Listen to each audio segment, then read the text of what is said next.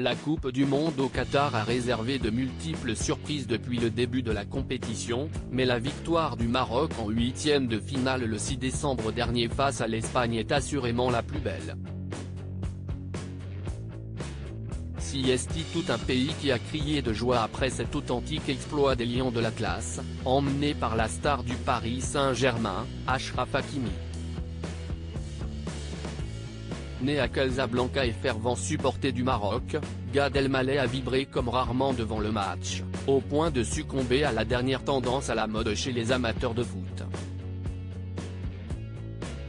Interrogé par un journaliste du Parisien, il lui a demandé s'il s'attendait à un tel parcours de la part de son équipe de cœur.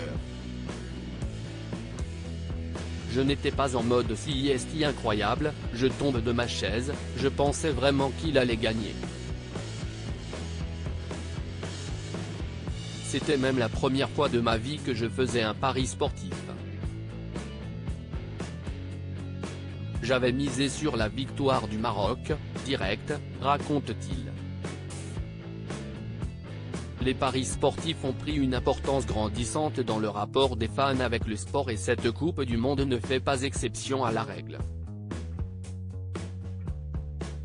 Malheureusement pour lui, Gad Elmaleh n'a pas gagné le gros lot, comme il l'explique, mes potes se sont foutus de moi, a priori, en fait, je n'ai rien gagné, j'aurais dû préciser que c'était une victoire au tir au but. Faut que j'aille vérifier quand même, explique-t-il en rigolant. À l'instar de son grand ami Jamel Debbouze, qui était sur place au Qatar pour assister à cet événement historique pour les Marocains, l'acteur de 51 ans est ravi pour son pays natal. CST énorme. Le comportement des joueurs, leur attitude, l'élégance, la joie, l'humanité. Ça trimballe aussi des valeurs qu'on a au Maroc, ajoute-t-il.